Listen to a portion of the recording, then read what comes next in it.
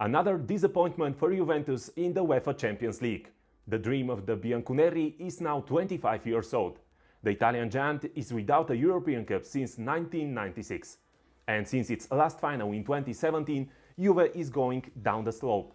2 eliminations in the quarterfinals and now 2 straight in the round of 16. And after the dramatic return leg against Porto in this season's first knockout round, I had these questions in my mind. Is it such a failure for Juve to be eliminated from the Champions League as media and fans are describing it? Is it so surprising that Juve probably won't be a champion of Italy again this season? And what has Juventus learned on the pitch with the signing of Cristiano Ronaldo? Let's try to find some answers. Let's board the game. Hello and welcome to this episode of Board the Game. I'm Nick.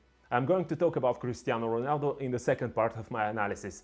But first, because of the so much talk about Juventus failing again in the Champions League, I really wanted to make a comparison between the starting lineup for Juventus against Porto and the one from the last Champions League final for the bianconeri in season 2016-17 against Real Madrid, of course, lost by the scoreline of 4-1. Then Juventus was led by Massimiliano Allegri, the coach who used a formation of 4-2-3-1.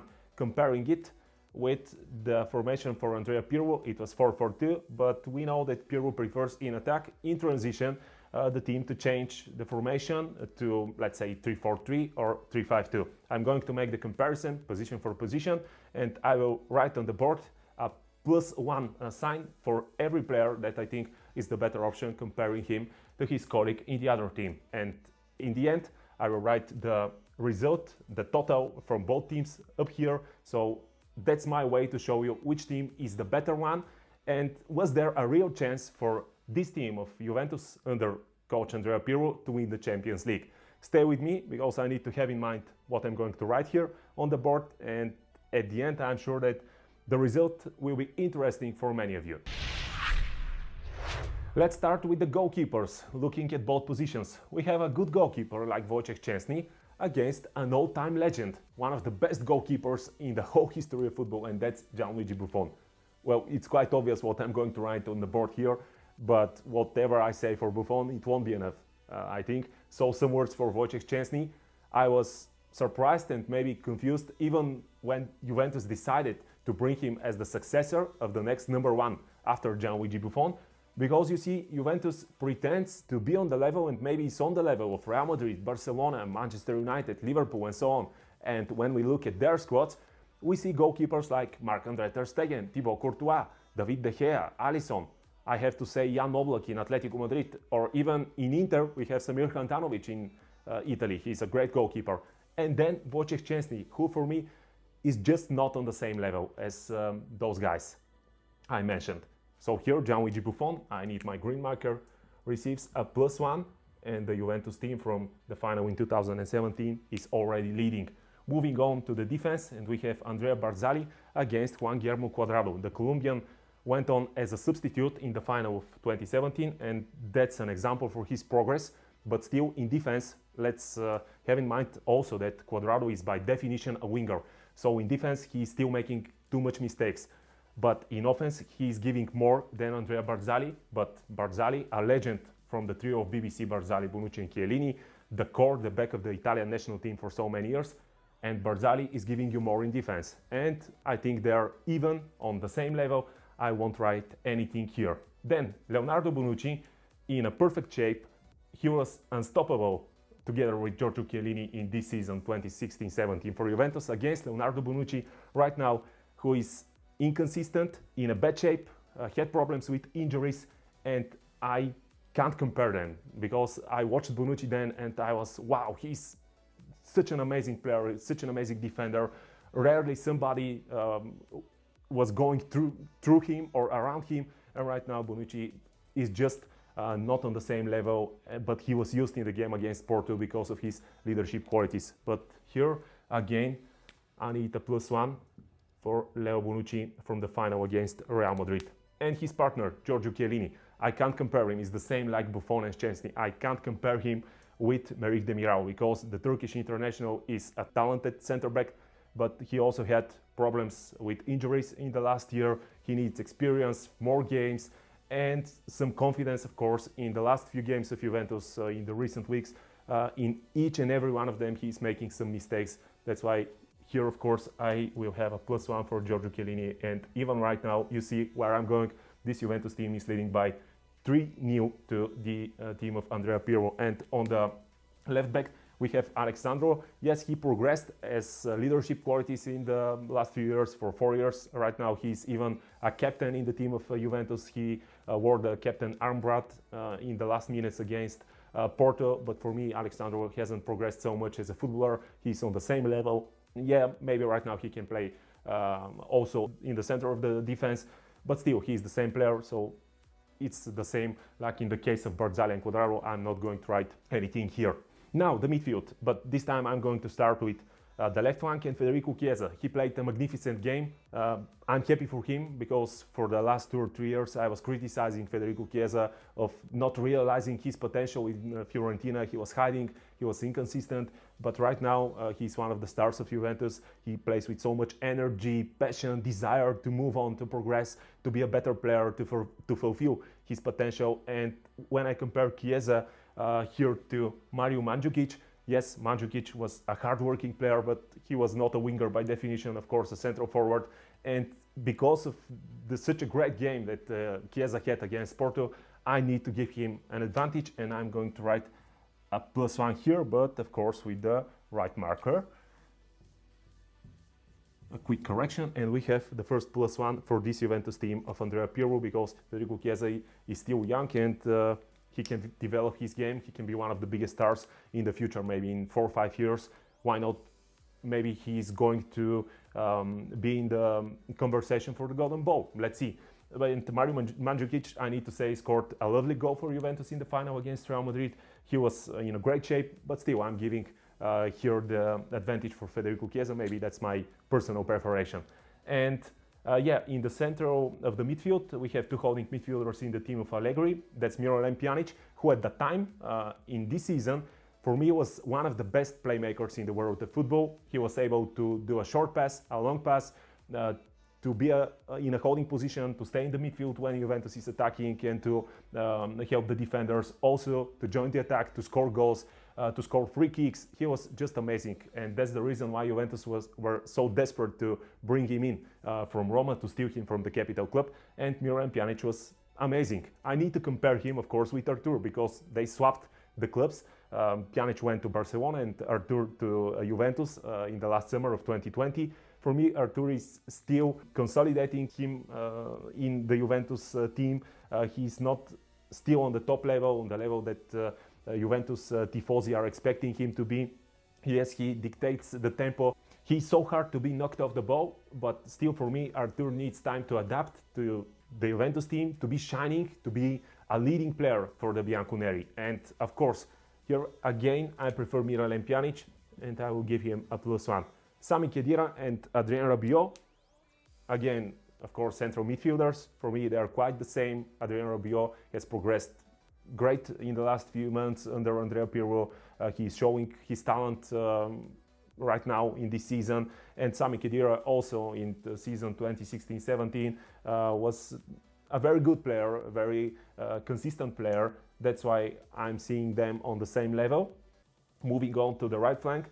Yes, Allegri was maybe comparing him with Pirlo, a more conservative coach, so he used Dani Alves there to help Andrea Barzagli. But we know that Dani Alves is a Brazilian with the whole of his experience and so many teams on club level that he went through.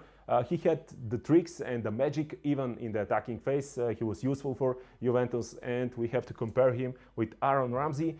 And Pirlo is using a guy like Ramsey on the wing, despite Aaron Ramsey not being the perfect winger.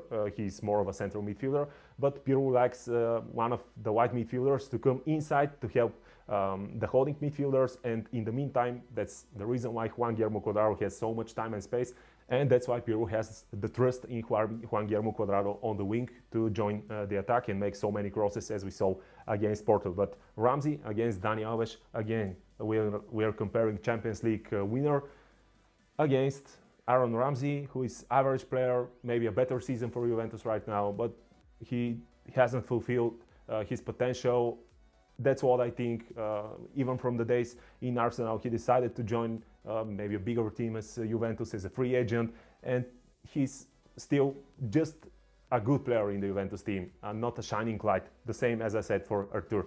And here again, Dani Alves receives a +1, another player from this team who for me is the better option.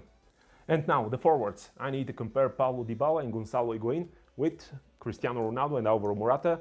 I will compare Morata and Higuain in one because they are quite the same, even as playing styles maybe. And Cristiano Ronaldo is going against Paulo Dybala. Yes, Dybala was playing very good in this season. He was scoring many goals, giving assists. He was organizing the play, and he was a playmaker instead of Pjanic in some periods of the game when Juventus was attacking. But still, Cristiano Ronaldo was brought in Juve to win the Champions League. Well, it's not happening right now for a third straight season, but for this a little later I'm going to talk. And I need to give a plus for Cristiano here because he's an all-time legend, and Dybala is still not on his level. Maybe comparing the version of Dybala from the 2017 final, yes, he's closer to Cristiano, but still Cristiano needs to be better. Yeah, he didn't show it against Porto, and he did a bad mistake when he was in the low for the free kick of Sergio Oliveira in the extra time, the goal that went into the Wojciech Szczęsny net, and that's another reason for Wojciech Szczęsny to be, of course, way off the mark and the level of Gianluigi Buffon. That was the goal with which Porto went through to the next phase. And finally, in the starting lineup, Alvaro Morata against Gonçalo Higuain. Higuain still in season 2016-17 was a top forward, scoring goals. He was leading the attacking line, and Alvaro Morata is doing that for Juventus right now, even when Cristiano Ronaldo is not on the field.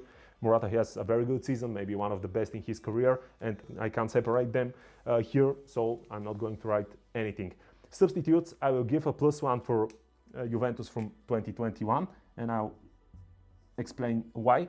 Because we have talented young players like Matthijs de Ligt, Dejan Kulusevski, Weston McKennie, and Federico Bernardeschi. Bernardeschi is disappointing for me because he was giving such a big promise when playing for Fiorentina, and right now in Juventus he's just a reserve, let's say, a second option for Andrea Pirlo. But I like these players more than the substitutes from the final. Marchisio, of course, a great player, but that was already a season in which Claudio Marchisio was not on a top level playing. We have Mario Lemina and Cuadrado, of course, so +1 for the reserves here, and that's only a third +1 for the team of Andrea Pirlo. And when we compare Pirlo with Massimiliano Allegri, of course, again, +1 for Allegri because of his experience, because Allegri was the champion with Milan even a decade ago in the Serie A. He was the successor of Antonio Conte. Conte won 3 straight championships with the Juve. Then Allegri went in the team. So many critics said, we don't understand this choice from the Juventus owners, but Allegri went on to win 5 straight Serie A titles, 4 straight doubles, and he has so much experience. He forced Juve to play in so many different formations, even throughout the games, even with the same starting 11. He was able to rotate the formations and surprise the opponents. But Andrea Pirlo still needs to learn, of course. That's his debut season, and yeah, he's showing promise, he's showing talent, he's showing unconventional ideas, and that's something good. Juventus needs that. With so many young players, he needs to work with them to develop them. But still, for me, of course, Massimiliano Allegri is the better option than Andrea Pirlo. And now let's sum up. Okay, that's a mistake with the marker here. Of course, it needs to be green, but let's make the total, and we have +1, 2, 3, 4, 5, 6. And we have +6 for the team of Juventus in the final against Real Madrid. Let's see, it's 1, 2, only 3 for the Juventus team under Andrea Pirlo. So the score of 6-3 shows for me that this Juventus team, under the guidance of Massimiliano Allegri, was the better one. And when we say that Juventus lost this game, Juventus couldn't win the Champions League, then why we're making such a big deal for the elimination of Juventus against Porto? Yes, I know that for Juve, maybe the round of 16 is too early to go out from the Champions League, but again, there is some logic. That's not just a big surprise. There is some logic. Young players, Guys like Bonucci, not in a good shape. Also Chiellini, Wojciech Szczęsny is not the best goalkeeper, as I already said. Then we have the mistakes from Cuadrado in the defensive phase. Aaron Ramsey is not a clear winger. Cristiano Ronaldo didn't have the game of his life. Of course, he was playing on average at least. And that's it for me. These circumstances show that this Juventus team needs to work hard and to progress in the next few seasons. And maybe then again, we are going to see a very good Juventus team with all the young players developed as stars, and maybe one day, sooner rather than later, Juve is going to win the Champions League again. And now, the most popular topic, Cristiano Ronaldo, and what's his influence on the pitch for Juventus since signing for the giant of Torino since almost 3 years ago. And you need to understand, I'm not going to talk about money right now, because it's proven with facts, maths, stats, so many informations and articles that on the financial level, the signing of Cristiano Ronaldo for Juventus was a huge success. But I want to see what Cristiano Ronaldo brings to the team as success. Is he bringing more success? Because before him, in 4 straight seasons between 2014 and 15 and 2017-18, Juventus with Massimiliano Allegri won unprecedented 4 straight doubles with the league title of Serie and the Coppa Italia, and that's something absolutely phenomenal. So then Cristiano comes and you think, okay, right now he's going to help Juventus to win the Champions League. That's the main aim, of course, when you're so dominant in Italy. And in his first season, 2018-19, Juventus again is winning the Champions title from the Serie with 90 points. That's okay, but only 70 goals scored, and that's the second lowest as total goals scored for Juventus in 9 straight championship seasons. Lost in the Champions League quarterfinal and in the same round of the Coppa Italia. Cristiano started with 28 goals and 11 assists in 43 games. It's quite obvious why. Already after only 1 year in Torino, he was a fan favorite. In his second season, Juventus is going to win the championship again, but only with 83 points. With so many problems until the end of the season, until the last round, we didn't know if Juventus is going to be the champion of Italy again, and 83 points is the lowest points total for Juventus in the period I'm talking about, 9 straight championship years with 43 conceded goals, and that's the worst performance in defense in the same period. Champions League round of 16 again, and Coppa Italia final lost for Juventus. Cristiano with a better season, 37 goals and 7 assists, 46 games. That's a great performance for Cristiano Ronaldo. But right now, in his third season in Juventus, 2020-21, Juve probably won't be the champion of Italy again because it's trailing Milan and, more importantly, Inter in Serie A, lost in the first elimination round of Champions League, and is going to play a Coppa Italia final against Atalanta. So we see so many trophies without Cristiano. With him, the trophies are going down. There are not so many, and I need to see that from a legend like Cristiano Ronaldo. Because on personal level, as his individual stats, he's doing the job, of course, and he's happy. But the team needs to be better with him. He needs to lead the team to more trophies, to the Champions League, and so on. Of course, we need to have in mind he's playing with young players. They need to develop, they need time. And if we just look quickly at his playing right now, he's much more limited as movement on the field, let's say before comparing it to before 5 or 6 years, because Cristiano is used to receive the ball on the left flank, then go inside, search for a pass, or of course to finish the attack.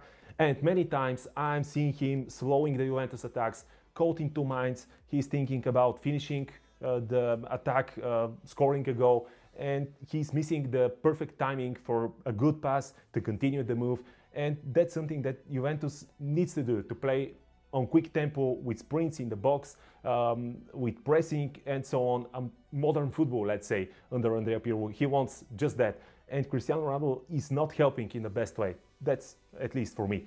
All in all, I don't see anything so shocking for the performances of Juventus recently this season. With a new coach, a debutant, with many young players, Cristiano thinking, at least for me, still more about his personal records and not for the success of the team.